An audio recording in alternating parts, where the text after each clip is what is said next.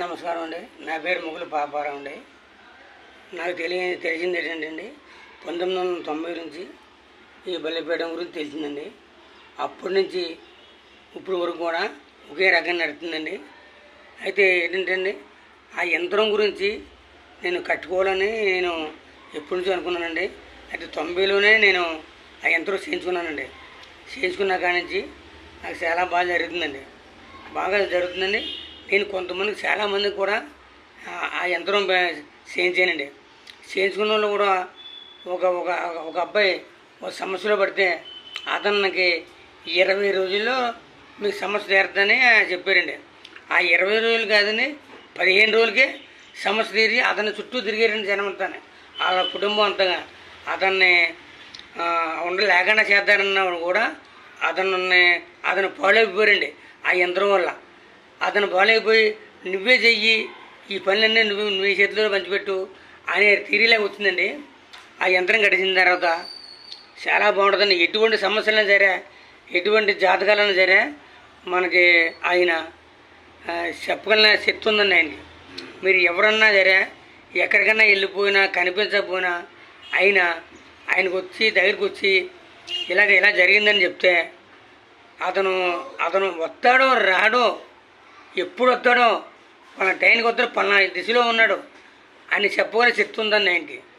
అందు గురించి ఆ యంత్రం చాలా బాగా పనిచేస్తుందండి. మీ వ్యాపారే కాదు, ఏ పనికన్నా సరే, ఎటువంటి పనికన్నా సరే ఈ వ్యాపారంలోనే చాలా బాగా పనిచేస్తుందండి.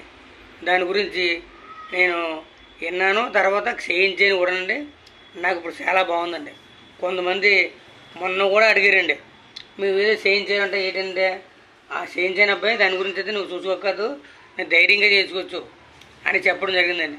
మొన్న హైదరాబాద్ నుంచి ఒక అమ్మాయి వచ్చిందండి. ఎన్ని సంవత్సరాల నుంచో వాళ్ళ బాకీల గురించి, ఇళ్ళ గురించి భూములు తేలేకపోతే యంత్రం కట్టించారండి.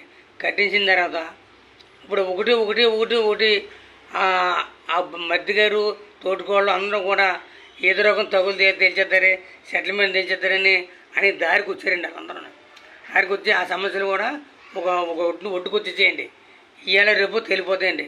అది కూడా తర్వాత ఇంకో దిక్కుని కూడా ఇదే యంత్రం కట్టించిన అబ్బాయి కూడా ఇలాగ భూములు తగ్గులు అయిపోతున్నాయి, నా భూములు తప్పేసిదా ఉన్నారని అంటేనే ఆ యంత్రం కట్టించేవాడిని.